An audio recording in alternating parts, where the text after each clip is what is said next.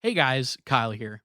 So, just before the show starts, I wanted to mention our Patreon. You can pay us $1 a month as a thank you, as a tip. You can pay $2 a month to get access to one of our bonus content shows, episodes 2 days early, and a secret Discord chat where all of our Patreon donors get to go and hang out and talk with us directly. Then there's a $5 tier that you can donate to get access to a whole bunch more content. We have multiple bonus episodes on there. So please check it out. Patreon.com/itgetsweird. We don't advertise, we don't make money. So check it out and throw some money if you think that would be cool. Thanks.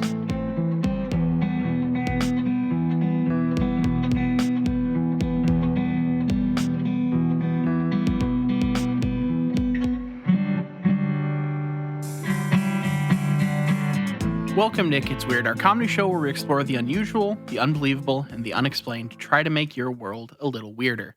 I'm Niall. And I'm Kyle. And Kyle, I don't know if you have anything to really throw me off track this week or anything, but I have a topic for you. I don't know. Do you have anything you want to distract me with this week? Oh my god. Well, we technically already put up our first episode of the new year on Sunday, which I just straight up, when we recorded that previous episode, I just didn't think about that. So I kind of wanted to kick it off with some New Year's resolutions, and I can tell you my resolution. My resolution is to be hornier on the show.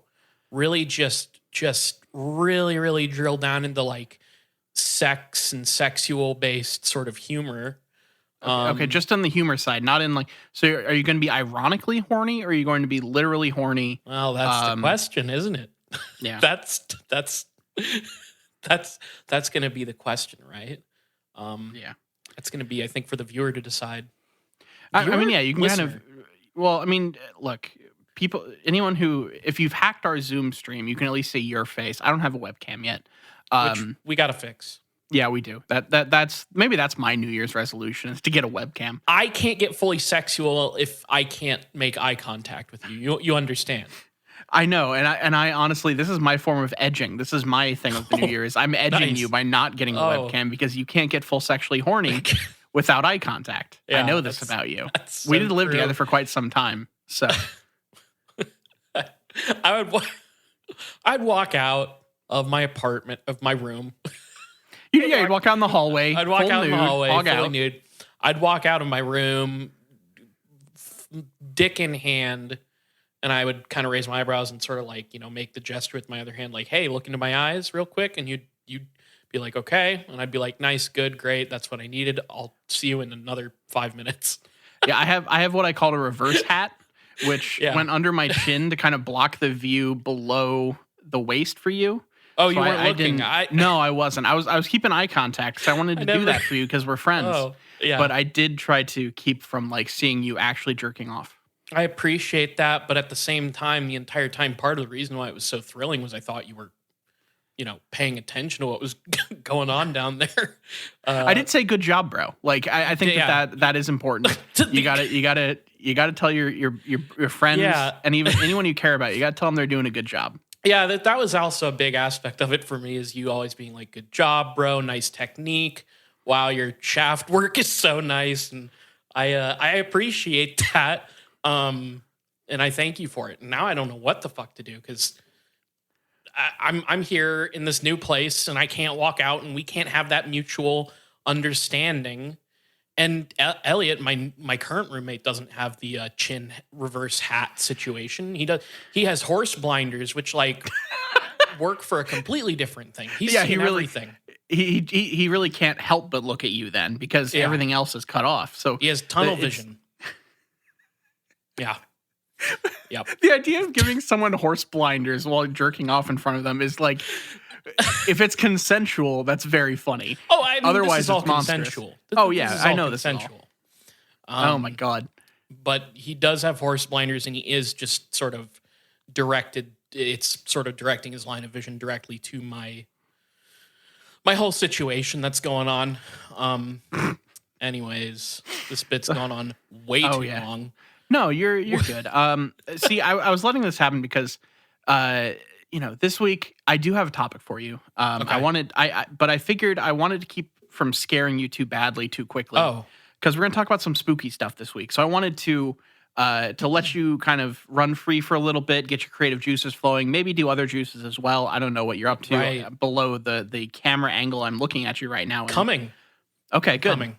coming. So this week, Kyle, I've got a Yeah. story of a haunted location for you. Okay. Okay. And we're gonna go and do this takes place outside of America, and what you could maybe consider in some ways the Earth's reverse hat of Australia.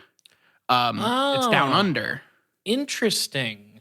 Now that's interesting because I have when you research hauntings, Hmm.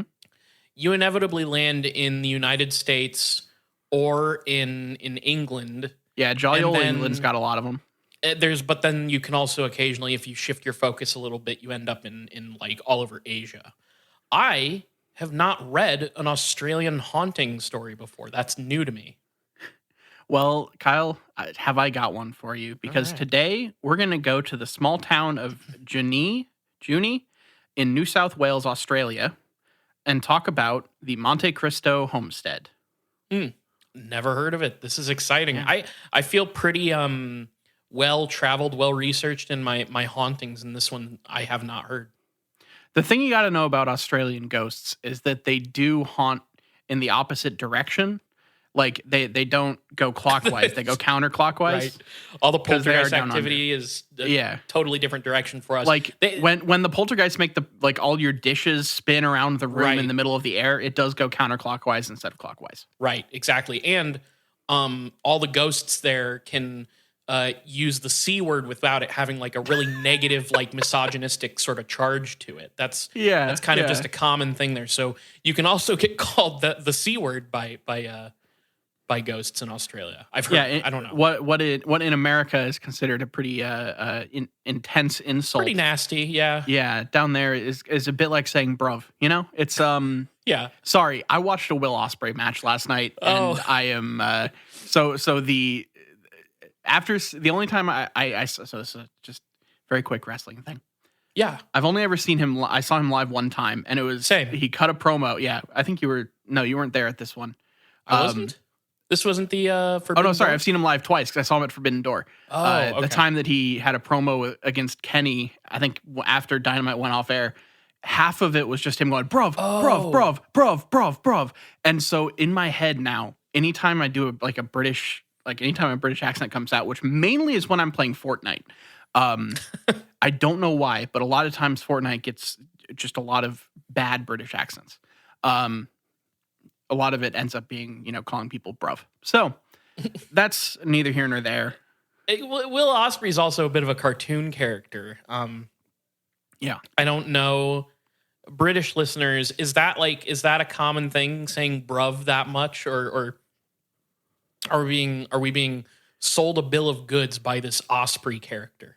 It's definitely possible. We'll check with our British contingent and see how if we can get just an average bruv count per day, that would give me a good idea Yeah. of where we stand in reality. So after I've now done a tangent of linking things that a lot of people in our fan base maybe don't care about with wrestling and Fortnite, let's go ahead and talk about some hauntings or really specifically a haunted location. I would also just tell you that I think more people listening care about both of those things than you might realize. It's definitely possible. Just throwing it out there. I guess it would be interesting to run a poll of the first let's see, about 9 minutes of this show and see who was more interested in us talking about me watching you jerk off and who's more interested in me telling stories about wrestling and Fortnite. Because I think there might be a split in the fan base. We can have both. I feel like the people who are into wrestling are also probably enjoying the jerk off bits. And let me also say this. This is why I don't bring up my actual obsession with Evangelion, because I think that's more narrow casting than either of those two topics. I mean, here's the thing. I think Evangelion is now you can get Evangelion shit at Walmart. So I don't think it's that narrow casting anymore. You can? I'm pretty sure there's that I've seen like maybe not Walmart. Shit, when does It's Walmart close? It's 7:30. I think I've seen definitely at some like major like manga has become so popular. Literally, like I being a comic book fan, I read a lot of weird bullshit about like the comics industry, and manga is like fucking drumming the comics industry. Like they're just destroying the comics industry right now. That's pretty Manga wild. publishing is so much stronger than comics Huh. publishing. It's ridiculous Huh. in America at least, and probably Japan. But anyway, today we're going to talk about Monte Cristo Homestead in New South Wales, Australia, a little town called Junee. And this is a somewhat large Victorian style house or manor, I guess if you want to call it that. That is kind of built up on a hill overlooking the town. I kind of want to set the scene here because this is small town Australia that we're in. So you got to think pretty kind of like spread out, small town, not a lot of stuff going on, and you just get this like big fucking house up on the hill overlooking everything, Okay. and it is supposedly haunted as shit.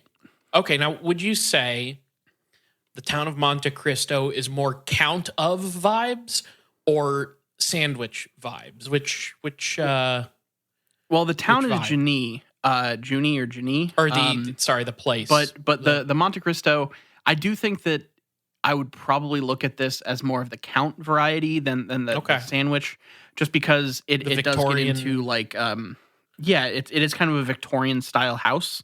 If you look at it, it's actually like in its prime, it was a pretty nice looking house. Like it is a pretty stately manor in a lot of ways. It has like stables, outbuildings, all the stuff that you would expect from like a rich fucker. In the let's see, it was built in 1885 was when it started. So like in that era, you're getting a lot of like extra, quarters for fucking horses and your carriage and all this stuff out. So it's kind of like a complex almost that overlooks this whole this little tiny town called Junee. This is a historic house. The person that built it, his name was Christopher William Cawley. He was a farmer who bought 2 large parcels of land in this town to build his home. It was a pretty poor town to begin with. Like there wasn't a lot going on. There was a lot of just like slab hut housing and stuff, like pretty low, pretty poor. But then the Great Southern Railway line opened in 1878, and he bought part on his land. He built a hotel, so he had the only place to stay in this town on this new railway line, and became quite rich. He got a license. Only game in town. Then Yeah, right? so really, like this town basically turned into there was the railway, there was this hotel, and there were like a couple little things like a store, and that was effectively it for this town. So everyone that went through this town basically had to stay at this hotel. So this guy just fucking made bank. He became a very rich man, and ended up building this rather large house. There was all this trade going on this railway, and this is where it gets interesting. So there, depending on where you look, I was looking at a bunch of different sources for this, and there's kind of 2 versions of the story in terms of how Christopher Cawley was as a person. Like a lot of people, especially to like townspeople and visitors and everything, he was seen as a pretty generous, like, kind man. Had a lot of civic responsibility, took care of people, things around town. What was generally viewed as a positive force in this small town. But then in a bunch of so when I first started researching this, that was all I was finding. So I was looking at, like the official accounts of this place, like some of their own website, some other kind of big name places. But then we start digging into it. You start seeing these stories of like, well, with all the deaths that will lead to the ghosts that we're going to talk about, a lot of them were like servants and people that were like working for him. and it seemed like there was at least to the working class that were below him, he might have been kind of an asshole I was and just pretty shitty. I was gonna say, I mean, this is like a wealthy guy we're talking about, you know. I mean, like in like however many years, I feel like if history textbooks still exist, there'll be just endless praise for Elon Musk. You know, even though we can see all the terrible shit, Yeah, even though the happening people in that are real living time. through it, we can see the reality of it. Yeah. History is written by the victors, and sometimes the victors are rich people that Most of the have a time. very faint grasp of reality. Yeah. Yeah, yeah. And this isn't, this is not something that is inherently condemnable. But he was a father of 10 children with his wife Elizabeth, and supposedly had about another 10 kids with various maids that worked in his home. Hell, I'll condemn it. Put it down, buddy. Yeah, like Put it down having for a a lot of bit. kids isn't necessarily a bad thing, but the way that this seems to have come around is a little shady. He seemed to really like to have sex with maids and father children with them, and Jesus was not really Christ. worried about fathering children with them. Put your fucking dick away, man. That's so fucking. I've said it. I feel like I said this on another episode not that long ago. I was like, I'll never understand people who, like, first of all, wanting kids, but second of all, like, well, I kind of understand that. But wanting to have like an excessive amount of children is so crazy to me. I will never understand that. Well, now the bit is if you get really rich and have a lot of kids, you then basically use them as organ farms to prolong your life. You haven't heard about this? You know, that's fair. Yeah, that's supposedly the Elon Musk route, right? Yeah, Elon, and there are a couple other people that are doing that. Allegedly, I don't know if anyone's confirmed it, but that's the prevailing theory right now. So maybe that's what this guy was into. Maybe this guy just really thought he needed a new liver in 10, 20 years and figured he would. What the hell? Yeah, like might as well, have some fun in the meantime and then have some excess organs in the future. Jesus Christ. So yeah, he had a lot of children, and he had his wife and everything. They moved into this very large house that they built starting in 1885, called the Monte Cristo homestead. I don't know if they actually called it that back then or if that's a more modern name, but that's what it's known as. And if you look this up, that's what you're going to see it called. It became the ultimate status symbol in the town. He became like the big wig all around town and everything because he was the big rich man that lived up on the hill, and it was all that kind of shit. Now, he did die in December 14th, 1910 from a combination of heart failure and blood poisoning. Now, the blood poisoning was caused by a carbuncle on his neck that got infected because it kept rubbing against his starched collar. I don't know how we have this level of detail on his death, but that is the story, is that he had an infected growth on his neck, and it gave him blood poisoning, and that in turn caused his heart to fail. Oh my God. Couldn't tap into one of his 40 children for a neck transplant? The neck is supposedly the hardest thing to transplant. Neck is number 2, head is number 1. Oh, yeah, that's fair. Yeah. Now, upon his death, his wife was distraught and couldn't cope with her husband's death, so she locked herself in the house. She spent all of her time till her death in the attic space, where she turned it into a borderline like small chapel. She built this like chapel space in the attic where she could spend the rest of her days. And she must have gotten like really religious after the death of her husband, because that was just what she did for the next like 23 years. Supposedly she only left the house twice in the remaining 23 years of her life after her husband died. Jesus. She lived to the age of 92 and died in 1933 of a ruptured appendix. Okay, well, that just is an indicator to start worshiping the Lord and don't leave the house. That's how I read that. Yeah, I mean, if you're living in 92 and dying in 1933, like that's a long fucking life. She lived for quite a while. What year was it that she died? 1933. Oh my God.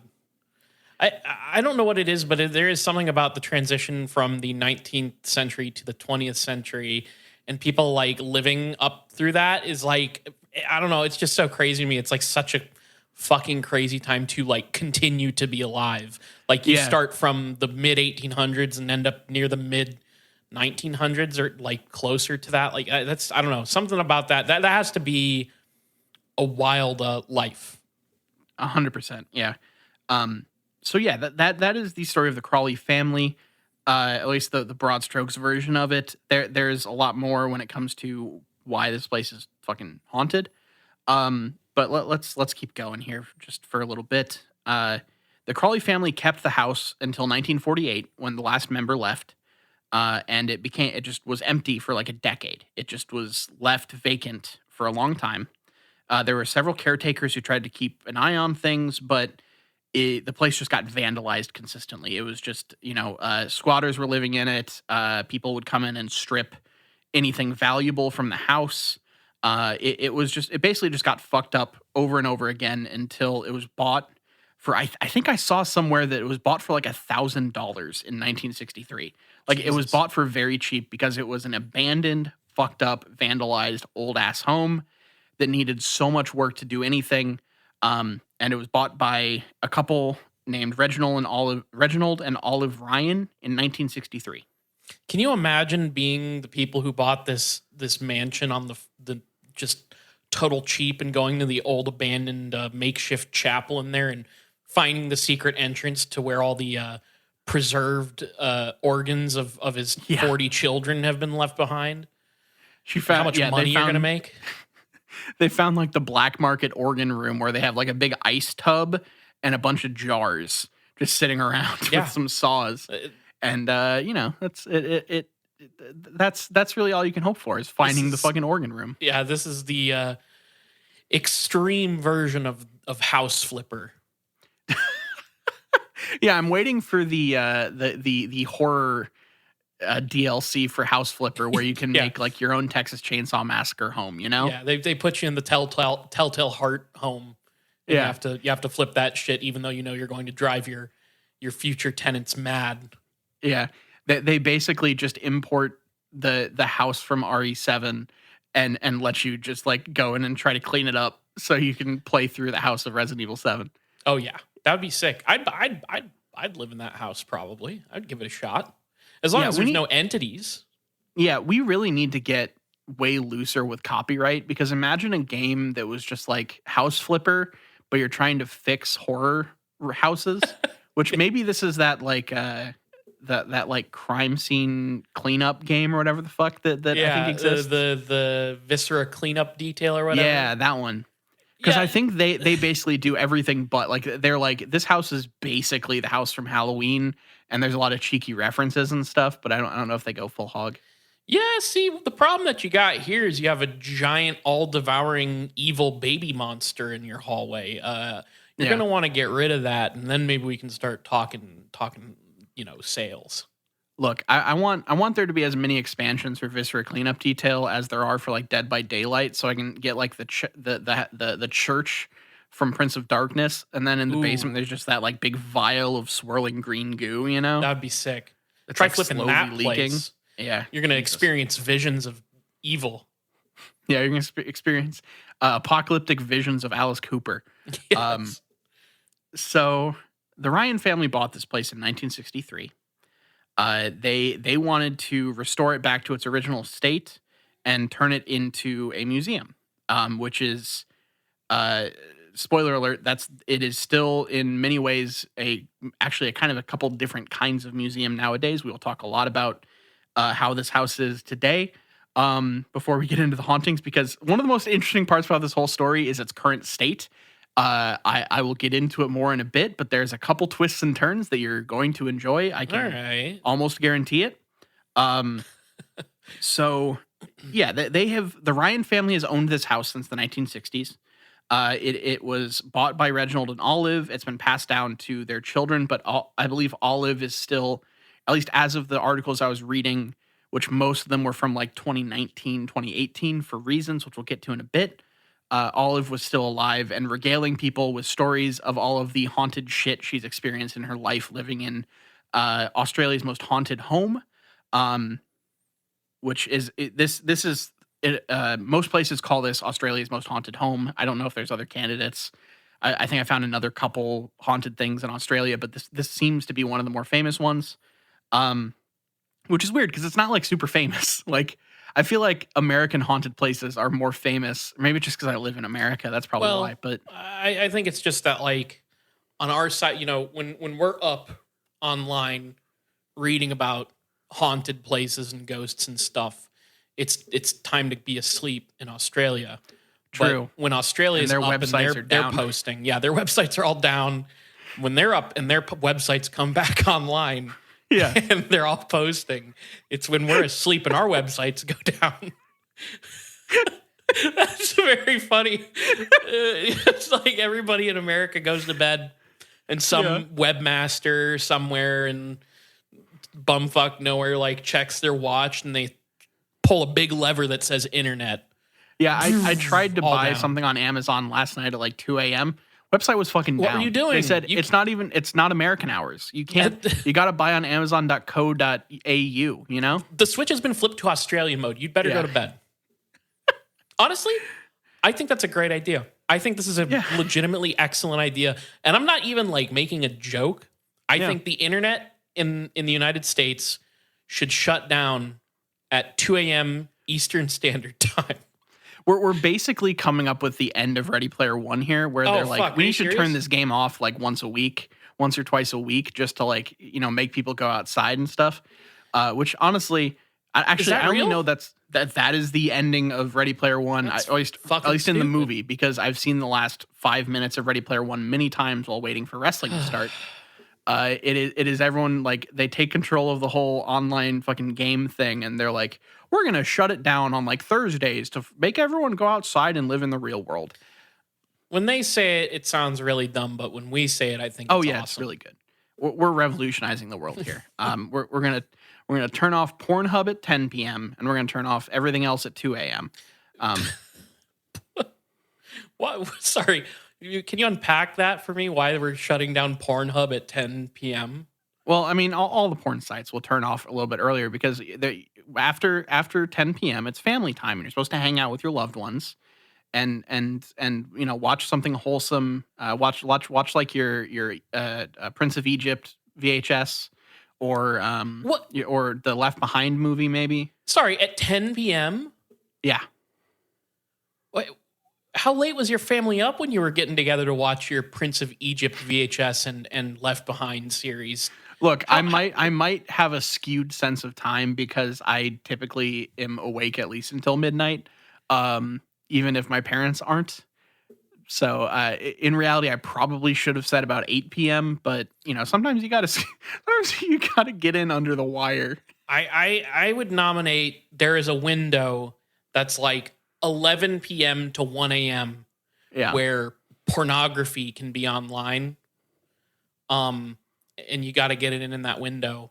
Otherwise, you should be doing something better with your time. Oh, okay. So it's only going to be available in that window. Yeah, in that 3 hour span. Otherwise, not cut it. No more porn. Sorry for you people that work at night. You better figure something out. There's a bathroom at your place, I'm guessing, where you work. You can go in there and catch a little action for yourself. Or check this out, sinners. Check this out. Your imagination. Heard of it? Kind of a fun place to go. Yeah. When you really need some material, you can come up with fucking anything. Jesus. You know what? This episode was... I'm having podcaster's remorse. You know what was said to me over the fucking holiday break was my soon-to-be brother-in-law and my sister both were like, oh yeah, we catch your podcast every once in a while. It's like, cool. Hopefully not this one, but yeah, that is like, I occasionally, I'm not sure my parents have ever listened to a full episode. I think my dad has listened to parts of a couple.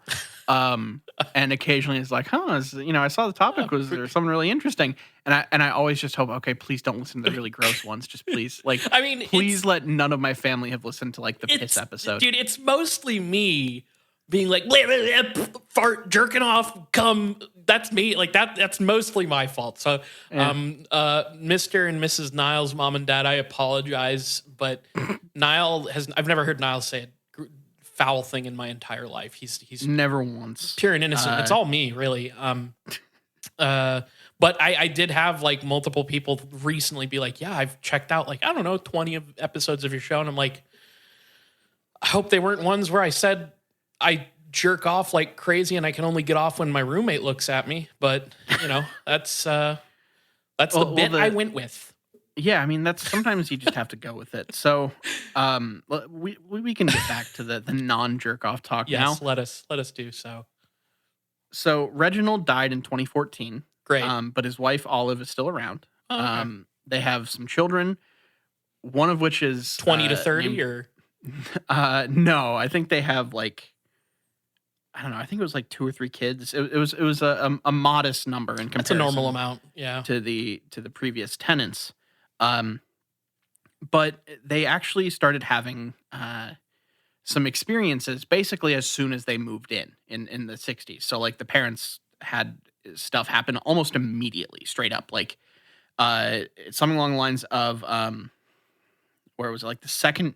It all started 2 days after moving in. They moved in 2 days later. They were coming home from a distance, like they were coming up their long ass driveway, which I'm assuming they have because this is a rich person's house. They saw all of these lights coming out of the house, and no one was in there. No one was supposed to be in there. They had just moved in, and all the lights were on. The only thing is, because this house had been stripped and was old as shit, it didn't have electricity. Weird. So Brown Mountain Lights sort of situation. They have no idea where this light was coming from. Now, like supposedly this didn't even have like wiring in it. Like it was fucking nothing. Will o' the Wisp. Yeah. Now, are we sure that they had a long as shit driveway, or was the drive like maybe the driveway was like abnormally short to the point where like if you didn't park in the garage, your car was halfway in the street. Like it was like super weird. Like somebody did not plan this ahead. It's possible the city planners didn't give them a long ass driveway, but it just said that they everything just said that they saw from a distance that all their lights were on, and as they came up close to it, by the time they got to their house, all the lights had turned off and there was no one in there. But even like when they were moving in, they had a cat and a dog with them that were their pets, and neither one of them wanted to step foot in this fucking house. Like animals do not want to go into this place, supposedly even to this day. Now, I don't know if that's 100% true because some places say that still persists, but a lot of places do say that this place is kind of run down and has like 14 cats living on the property. And some of them are kind of wild. This place is in kind of weird repair. I've got some Yelp reviews later. We'll get to that eventually. Cats and dogs have that weird sense though, where like they can sense when an earthquake is coming. So maybe it's just that they can sense or smell the carbon monoxide leak, Yeah. I don't know. So actually, yeah, sorry. I do have in my notes. The lights were gone by the time the car made it down the long driveway. They have a fucking long driveway. I was right. I'm sorry. Forgive me. No, you're good. I didn't get to that part in my notes, and I just was double checking because I don't want to lie about this place. I don't want to give you a false sense of false information. Yeah, here, Niles frantically sweating and sifting through pages, just his eyes darting back and forth, looking to see if the driveway is long or not. For me, yeah. Thank you. Look, I was not able to secure the actual blueprints to this place because they were from the 1880s, and all the remodel blueprints you have to be an Australian citizen to access that database. So I couldn't get them. I'm sorry. I'll do better in the future. Thank you. Please do better next time. Thank you very much. So when they moved in, it was Olive, Reg, and their 3 daughters. They do have a son now, which or maybe it's the grandson of these people, I think. But yeah. No, I think it actually is their son. They had a son who I think was probably born when they lived there because he had events when he was like 5. Anyway. So they immediately thought, oh, this was like squatters with kerosene lamps or something. It was people that were, because this place had been abandoned for so long and they had just recently taken it over, they just assumed that it was people who had squatted in it previously or know that it was a squatters type place that came in, and the car driving up scared them off effectively. So that was what they assumed it was at this point. Um, and when they came in, there was no evidence of a break-in or anything. Nothing was stolen or moved. It was just the lights that they saw when they were coming in. Um, and this was just the beginning. Things got more and more frequent. They saw more ghosts. A lot more stuff happened, kind of in a more intense manner as they lived there longer. They began to hear strange sounds around the house. Most prominently was something that sounded like high-heeled shoes walking around through the halls or on the upstairs balcony, which was still being renovated and was like entirely full of holes and would collapse if you tried to go out there. So it was so unstable. So they have no idea how there was high heels walking around on this like shitty balcony that couldn't be walked on. And when they started to get electricity put into the place, the lights just started to turn off and on by themselves at all hours. It was a fucking strobe light show in that house for a while, it seems like. They thought there was some problem with the electrical wiring, so they had people come out and examine it. But everything continued to be in perfect working order. They just would turn on and off randomly, seemingly from some unknown force. Oh, it was the person reaching up with their high heels and flicking it off with their pointy toe shoe. Yeah. I guess I was trying. Sorry, this is just made me think. Did you ever, as a kid, get really lazy and try to like throw stuff to turn your lights off? No, I never threw stuff. I picked stuff up with my feet though, like an orangutan. Yeah. But I have done that as well. I still do that occasionally with like a pen or a pencil, you know. Yeah. But I did used to like, if I was like already reading in bed or something, I would like try to like find something long and that I could use to like turn the lights off from bed because I was lazy as shit. I never did so that. I just imagine a ghost doing that, you know? I never did that, but I would occasionally slip on my pair of loud as hell high heels and go up to the light switch and reach up with my leg and flick it off with do a full like fucking scissor kick. Yes. I did that all the time, actually. I still do.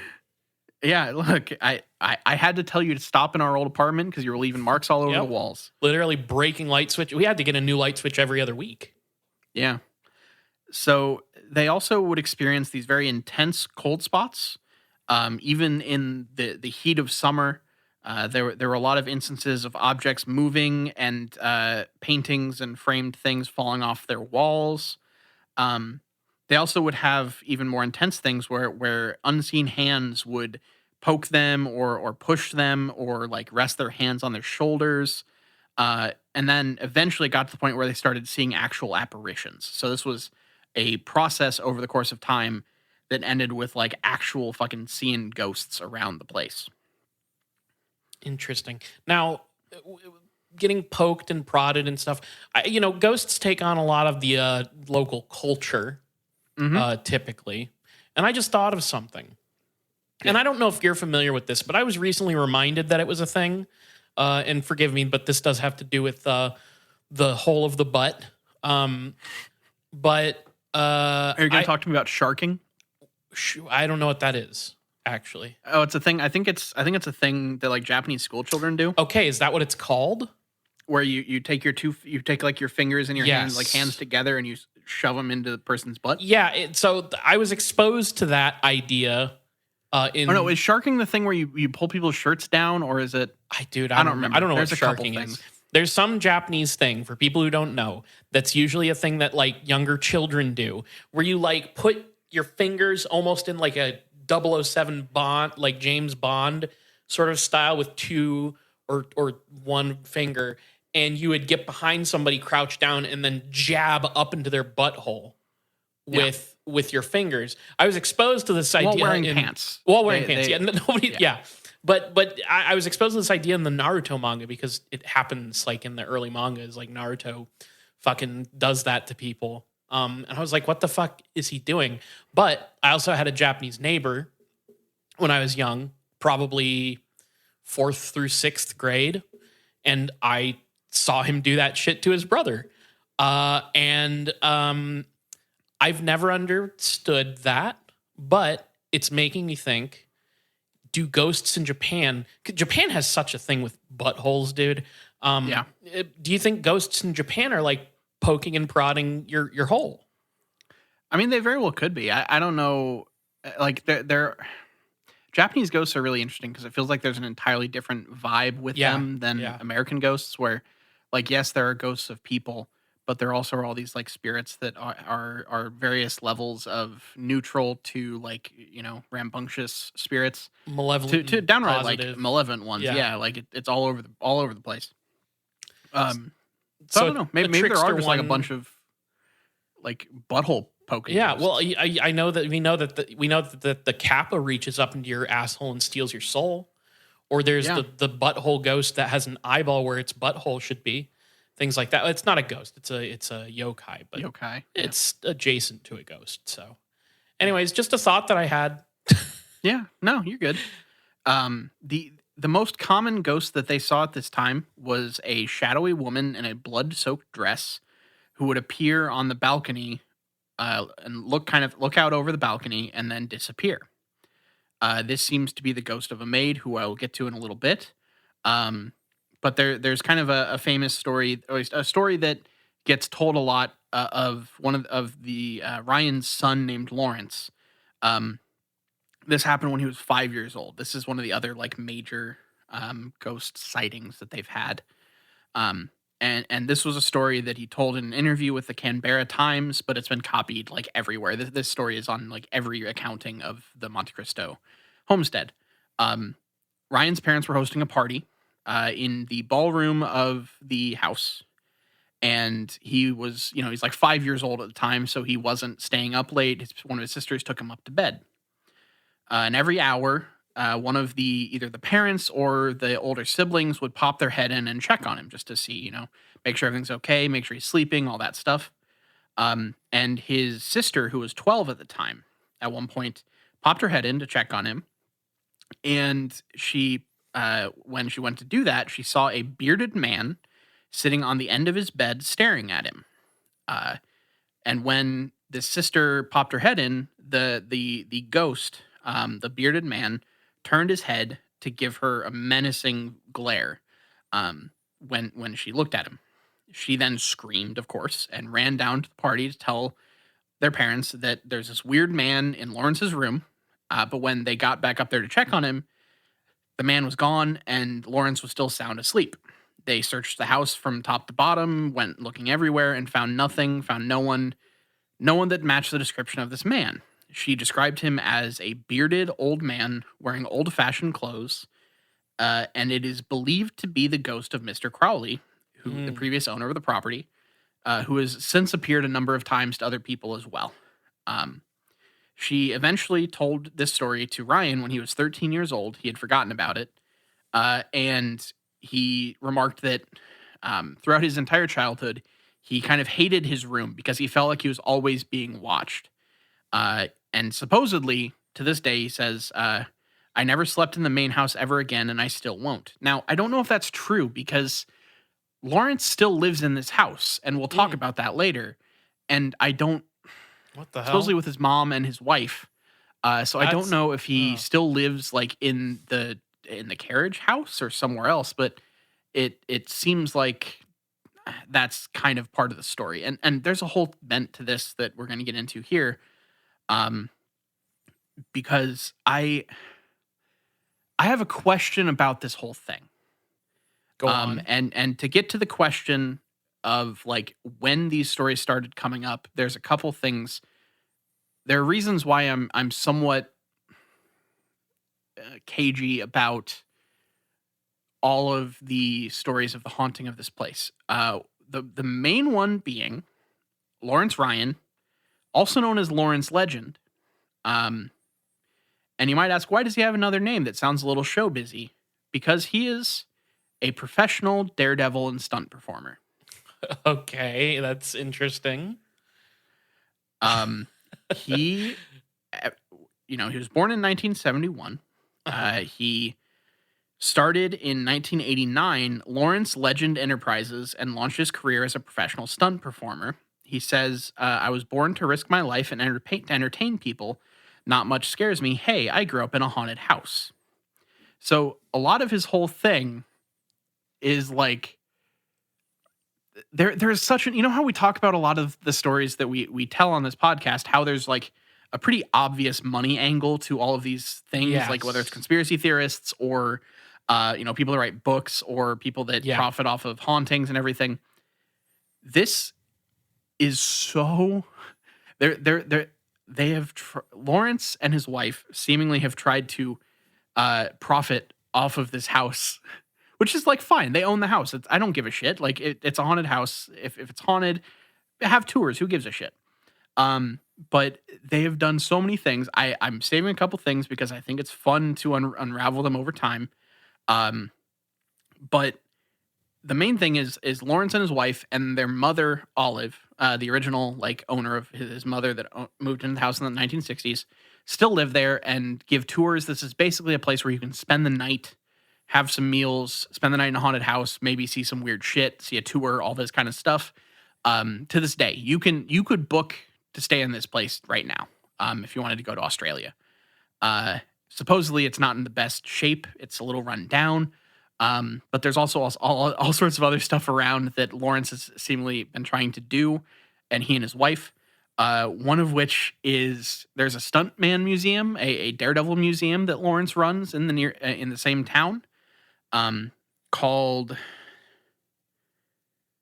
I don't. It's just called like the fucking Daredevil whatever museum. It's not important. But But if it is he actually has, called the Daredevil whatever museum, that'd be it, kind it of fun. is it would be kind of fun, but no, he doesn't have the spark for naming that his wife does, because his wife runs a doll museum which is called the Fairy Reborn Magic Nursery and Haunted Doll Museum. Oh, that's certainly a vibe.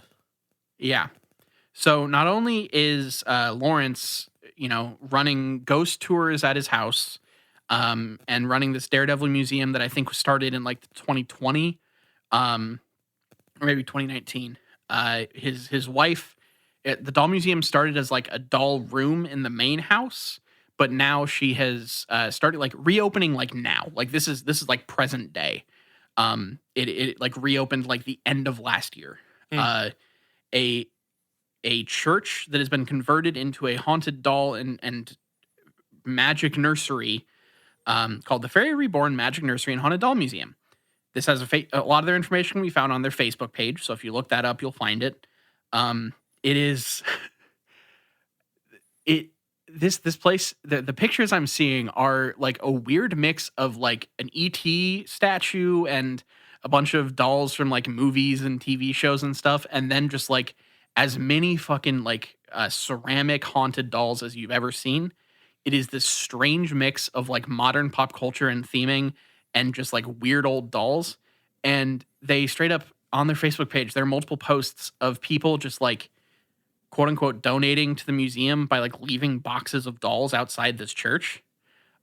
It's kind of weird, but like more power to them. It is a very strange thing that they seem to be doing this mix of haunted house, doll museum, Daredevil museum, and also the main house doubles as a carriage museum because there's a bunch of like antique carriages and stuff there. And at some point, it was also an antique store. Like, I don't know how many different ways they've tried to make money off of this house, but it seems to be like at least 5 different things happening here. I mean, we do always try to look and see if there's a pretty like evident grift, or it seems like somebody could be, running, a scam is a harsh word, but that's essentially what it is, where it's Yeah. like, yeah, oh, my house is totally haunted. Come pay me a fee to tour it or stay overnight or whatever. But like, here's the thing. If I felt like I owned a place that gave off that vibe, that I could somehow generate a haunting lore around it and just live off of giving tours and like telling stories of ghosts and stuff, I can't say I wouldn't like fucking do that in a heartbeat. Like I already love ghosts and stuff. Like I would totally do that. I really don't have a problem with people doing this kind of thing. Like, if you live in an old house that has, especially with some of like we haven't even gotten into the where the ghosts supposedly come from and everything. If you have a house with that kind of history, I have no problem with you doing that. There also was like an indie horror movie that shot inside, like a found footage horror movie that shot inside this house that I guess is like not a good movie at all. But it that the timing of that movie, I can't tell if it predates some of these ghost stories or not. So I keep having this inkling that like between the articles written about all of this stuff coincide with the release and filming of that movie, the starting of the Daredevil Museum, and now the reopening of the Doll Museum. So it seems like every time they try to do something, they like really push the narrative of this super haunted house, and like so I don't know how much of it to trust, but I do have a bunch of fucking ghost lore here for you about this place. But I figured I would just mention that part of it because it's there is like a big caveat to all of this that I can't really verify the lore of the ghosts because I can't tell when the stories are from, because like anything that Lawrence says, it feels like there is definitely a reason behind it. There is a monetary goal in mind. And his mother, sure, like his mother has lived there for a long time. Was supposedly haunted when she moved in, all this stuff. So maybe it is that age, but it's hard to tell when the information comes from because every place talking about this is reprinting the same information. So I can't find the initial source. Mm. So let's get into the ghosts of the Monte Cristo homestead. This place is haunted by at least 10 different ghosts, some of which are more prominent and more spooky, more intense than others. One thing that runs through a lot of these is that the previous owners seem to have a hatred for animals. They do not like animals. Animals do not like this house. And it is, especially the ghost of Mrs. Crawley is kind of stern and intense. She does not like certain people that come into the house and will just give them like waves of nausea and shit. And also animals supposedly just hate this fucking place because at some points in the Ryans' time living there, they came home one night and found all of the chickens that they had strangled to death in their poultry run. Oh, shit. They also at one point had a parrot that was in the house and it choked to death in its cage. And a litter of kittens that they had in their breakfast room were all in a way that I have no detail on, brutally killed. No. However, I did not find any dead dogs in this story that I can remember. Okay, so we at least have one dog death free episode. Wow. There's just a lot of other animal death in return. Yeah, for this podcast, that's sort of an equivalent exchange, right? Like, yeah, we've had so many dog deaths. It's time for the cats and birds to get it, I guess. I don't know. So yeah, like I guess just keep animals. If you're gonna visit this place, don't bring animals. See, that's fucked up though. Like, what if there's just some like one of the owners is just like a fucking psycho, you know? Maybe. I look. A lot of people like at the top of the totem pole of the ghosts is Mrs. Crawley. She seems to be the most intense, the most violent, the most severe. She was a recluse after the death of her husband, and she seems to have this cruel streak in her. She would dress black and carry a silver cross. That's the way the ghost presents itself a lot of the time. If you do anything she doesn't like, people will like feel like they're being pushed out of the rooms that she's haunting, and even like feel wildly uncomfortable if they try to stay in the house. There are people like, if you believe the sites that I was reading, there are a lot of people who have tried to spend the night in this house, and because of Mrs. Crawley or maybe one of the other ghosts, end up sleeping in their car because they cannot stay in this house.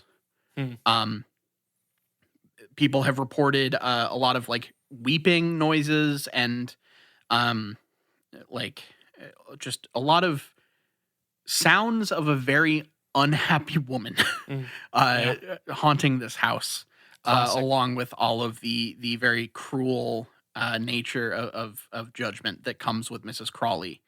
Now, Mr. Crawley, on the other hand, seems to be not as powerful a presence as his wife. He has been seen in the room where he died, most notably at the foot of Lawrence's bed. but doesn't seem to have any negative connotation to him. It just is like, he glared at the girl that was checking on Lawrence, but there's no like harm done really that I can find. Then there's also Ethel Crawley, who was one of the daughters of, I believe she was the daughter of the Mrs. Crawley and Mr. Crawley. I don't believe she was the daughter of one of the maids. She died when her nursemaid dropped her down the stairs Oh God. in 1917. Jesus. There are two sides to the story, one of which is that she was not careful and just dropped the baby by accident, or maybe intentionally even.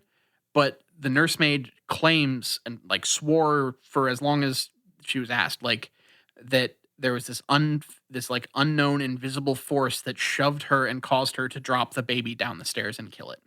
Good God. So to this day, visitors feel this like weird vibe around the stairs where this happened. And I believe that this is the staircase where to this day there's like a bleach spot Oh. where the stone is lighter than everything else, and there's like a plaque next to it because they had to like bleach the step to get the blood off.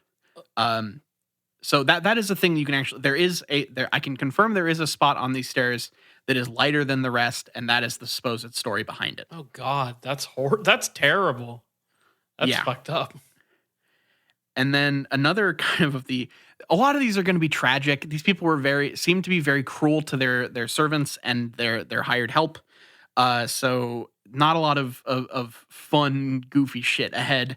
One of the other ghosts is Morris the stable boy. One day he was said to have fallen ill and was unable to get up for work. And there are kind of two versions of the story. The first of which describes that Morris was so ill and trapped in his bed that he was unable to move when a fire broke out in the stable and he was burned alive.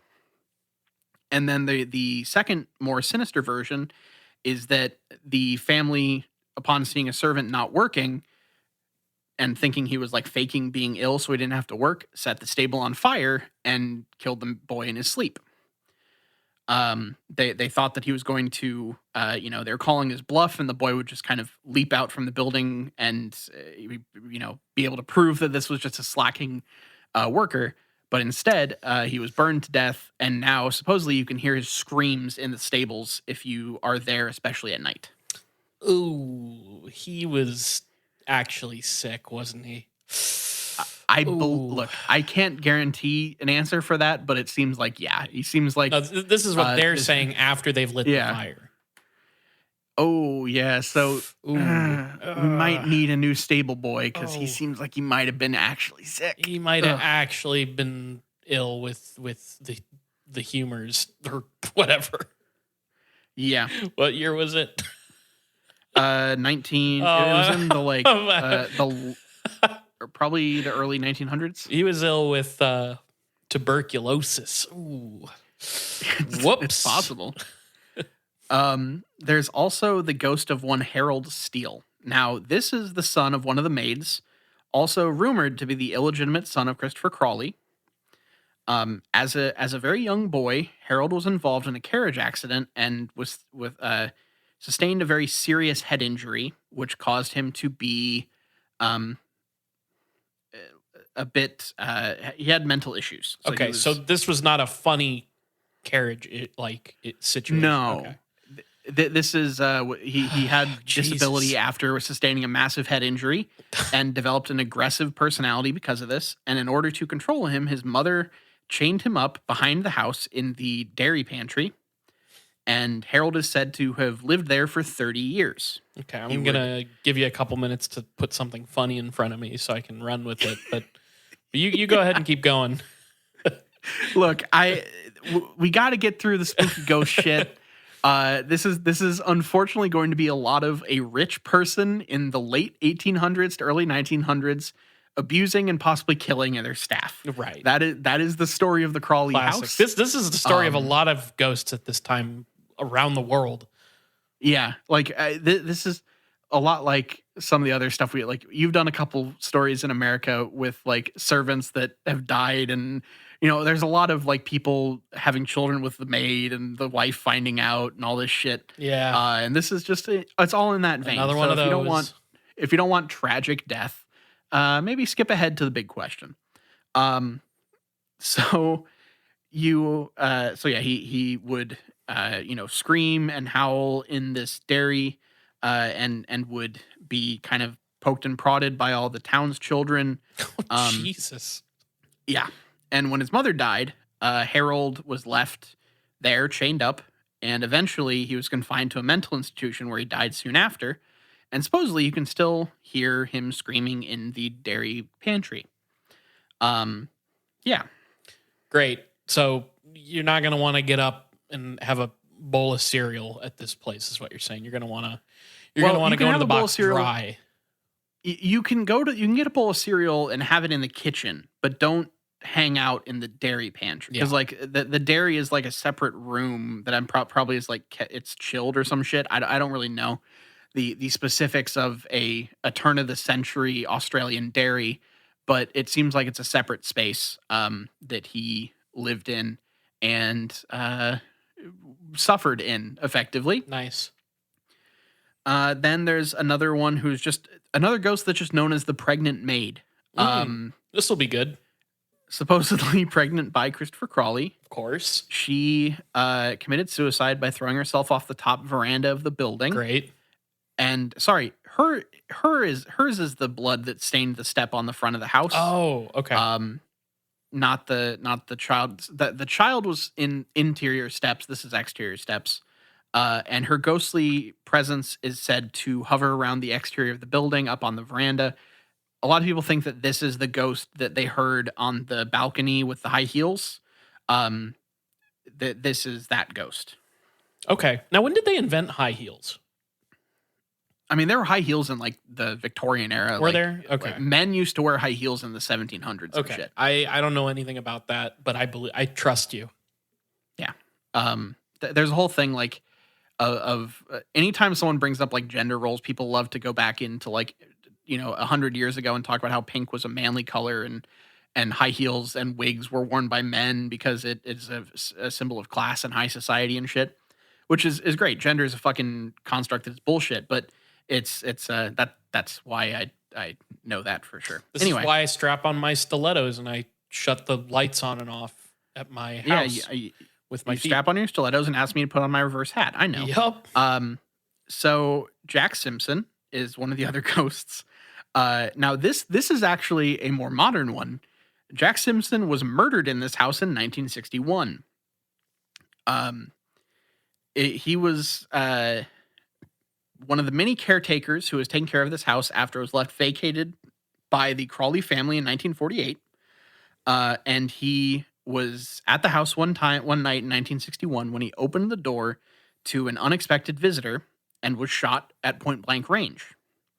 His murderer was a local youth who, the story goes, had watched Psycho 3 times in a row and become crazed and come up to the door here and shot this man point blank. And before fleeing the scene, he wrote, "Die Jack, ha ha," on a shed door nearby. Is this real?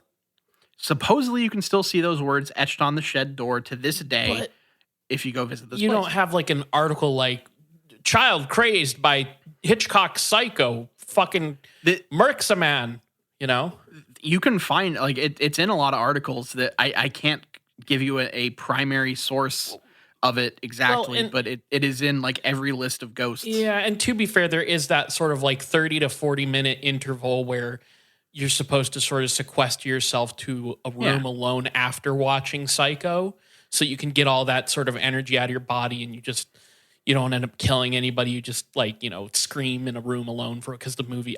It's a great movie, and it psychologically messes with people in that way to where they're screaming and crying and farting in a room alone for a while after they watch it. Look, I think he was just really mad at Vince Vaughn for doing a reboot. Like, and who isn't? It was not necessary, and it was basically shot for shot. So like, why do it? So I think even though that was like 30 years later, he just was really mad at Gus Van Sant and Vince Vaughn for remaking Psycho.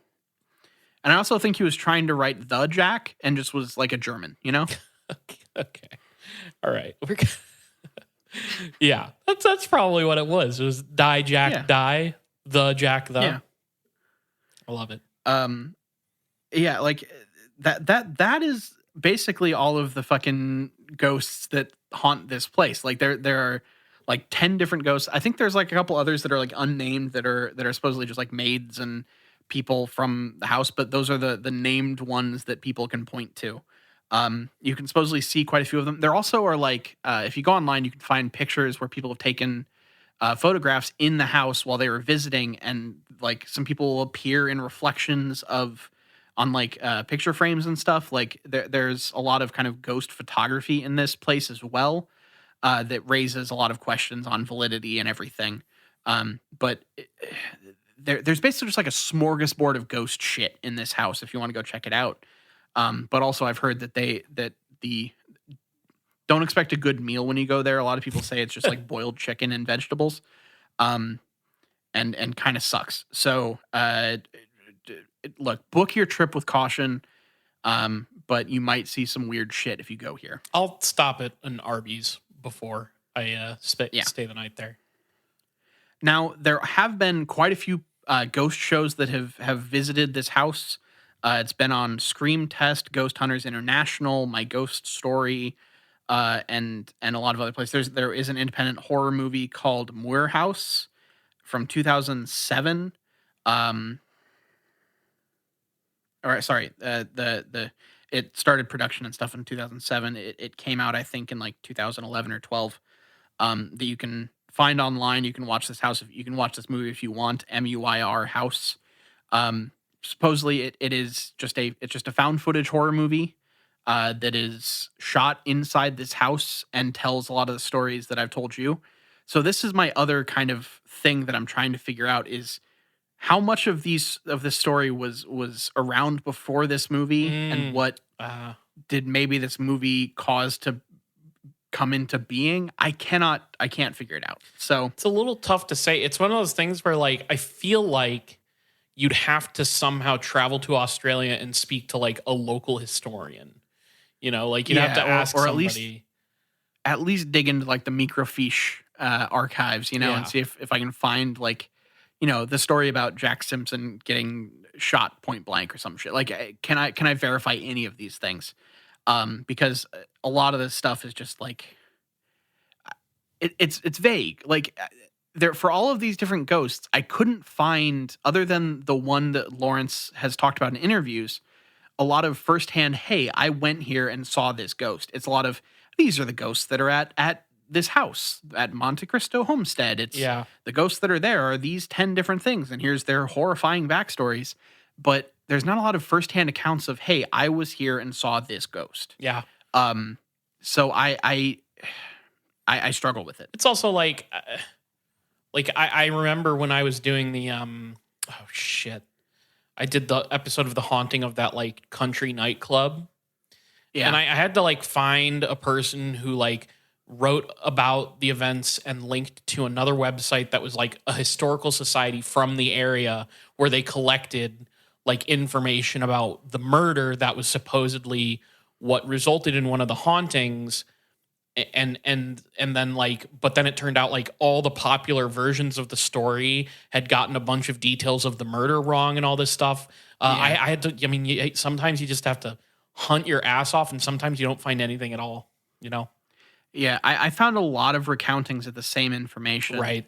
But Lawrence has done a lot of interviews because, you know, a mix of promoting his stunt work, the doll museum, the carriage museum, the antique store, the haunted house, I've found a lot of references to his stuff. But I can't find a lot of firsthand accounts of people seeing ghosts. Yeah. So yeah, that's a lot of it. Like, if you want to book an overnight stay, it's $195. It includes a 3-course meal, an evening tour, and a cooked breakfast the next morning if you make it through the night. Okay. All right. Well, I would stay. I was thinking about it, and frankly, I would do it. I would love to. I I've said it all these years, and I'm gonna make it happen someday. It's hand of the Old Testament, hand to God, cross my heart, hope to die. I want to go to a haunted location and spend the night. Yeah. This one just seems like the beds are really fucking uncomfortable. A lot of the pictures I saw, they're like covered in like a burlap sack and shit. That I think in an effort of like keeping it time period accurate or whatever the fuck, they basically have just like scrimped on any creature comforts. So it just kind of there's like one bathroom and it's just like very run down. Great. Well, So I'll bring a sleeping bag and my weighted blanket. yeah. So that is the story of the Monte Cristo homestead. A lot of fucking ghosts of dead servants. Terrible. Yeah. It's yeah. But supposedly these people were pillars of the community. If you are to believe one half of the internet, the other half says they were kind of monsters. But yeah, I've got a big question for you. Let's hear it. If you had to spend the night in one of the buildings Oh. under the purview of the Ryans, the homestead proper, the stables, the doll museum, or maybe the dairy, whatever you want to do, which one would you stay in, and what's your strategy for making it through the night? So not the dairy. There's a problem there. I'm lactose intolerant, and there's a True. howling ghost in there. Not the stable. I'm not crazy about horses. You know, those things can kick you to death. They can knock over lamps that you're using to read by Caused the Great Chicago Fire. caused the Great Chicago Fire, but this time in this small Australian location. I don't want to go hang out with dolls because I'm not about that. I want to be in the mainstead. I want to be in the homestead, Okay. the main area proper. I already told you I'm bringing a weighted blanket. So I'm thinking if I'm wrapping myself up in that weighted blanket, what's gonna get at me? You know, like ghosts can pick They stuff can't up. pass through weighted blankets. That exactly. There's like beans in them, or whatever. There's like hot beans in weighted Yeah. blankets, and ghosts can't pass through. You heat up something like that, you get like a hot, heavy thing. Ghosts aren't going to be able to do anything about that. The reason that they're throwing stuff all the time is because it's either one of those traits, but it's never both of them. It's never hot and heavy, typically. And this does not sound like a demonic household. Demons are the ones that can handle objects that are both hot and heavy. And you can take that as a double entendre too, because it's true. So I'm not getting hot and heavy with a demon in this place. It's just normal ghosts. It's so they're gonna have trouble piercing my Gore-Tex, you know, outerwear plus my weighted blanket and my hot sleeping bag. But you know, I don't know. Just generally speaking, I think that if I have a podcast going and like a way to sort of charge my phone, which I could use like a battery. Then I'll just the podcast. I'm pretty sure will they have electricity in this house. Oh, okay. Now, Well, so then there you go.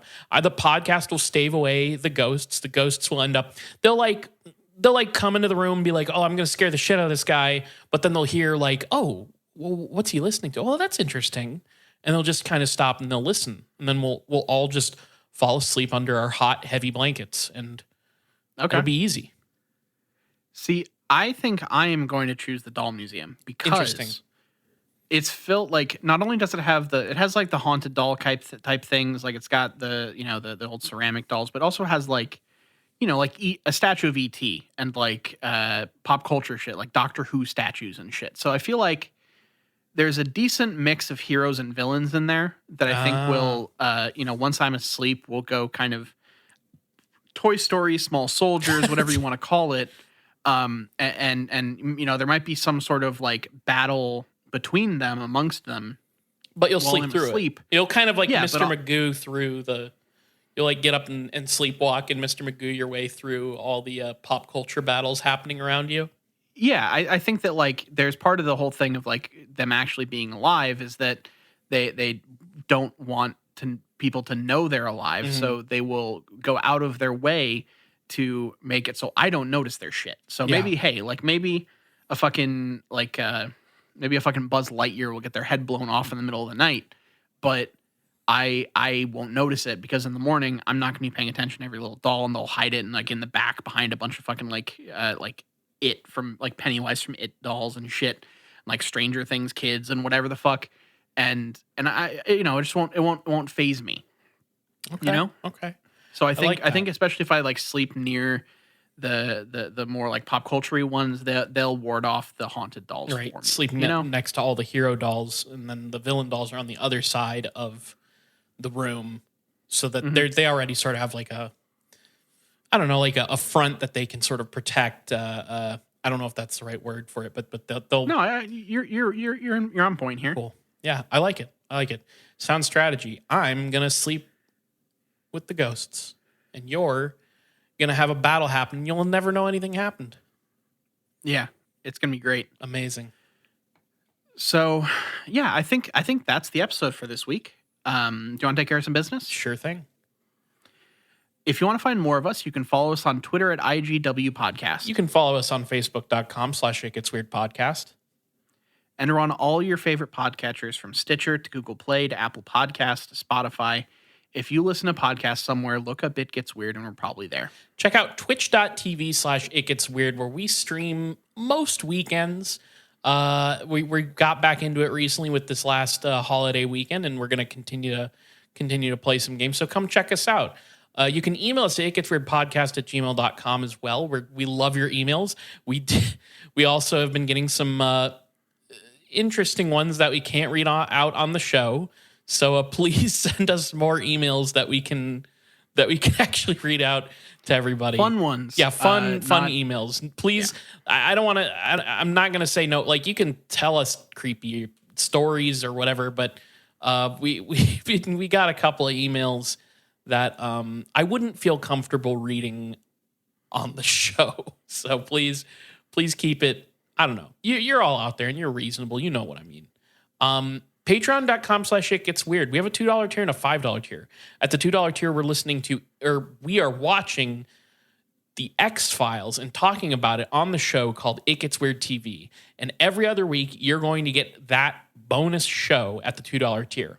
At the $5 tier, we have another bonus show that's on the off weeks of It Gets Weird TV. Sometimes it's me talking about something with my buddy. Sometimes it's Niall talking about a comic book thing. Sometimes it's us watching a movie together. You get all kinds of stuff at the $5 tier. And at the $5 tier, you're going to get access to It Gets Weird TV as well. So you're getting a bonus episode every single week instead of just every other week. We also have a $1 tier. You don't get anything out of it. You're just giving us a tip saying, hey, I like your show. Thanks for doing what you do. Here's $1, and we appreciate it. Whether you donate to the $2 tier or the $5 tier, you get access to the main show 2 days early on Friday instead of Sunday, and you get to come and hang out in the secret Discord chat that we're all hanging out in, and everybody's chatting all the time about all kinds of crazy shit, but I can't tell you what we're chatting about because it's a secret. You got to donate to get in there. So please donate if you can, and if you can't donate, tell your friends, tell your enemies, tell your congressman all about It Gets Weird Podcast. All right. So thank you all for listening. Thank you for supporting the show. Keep telling all your weird friends. This has been It Gets Weird, and I've been Niall. And I'm Kyle, signing out. Peace.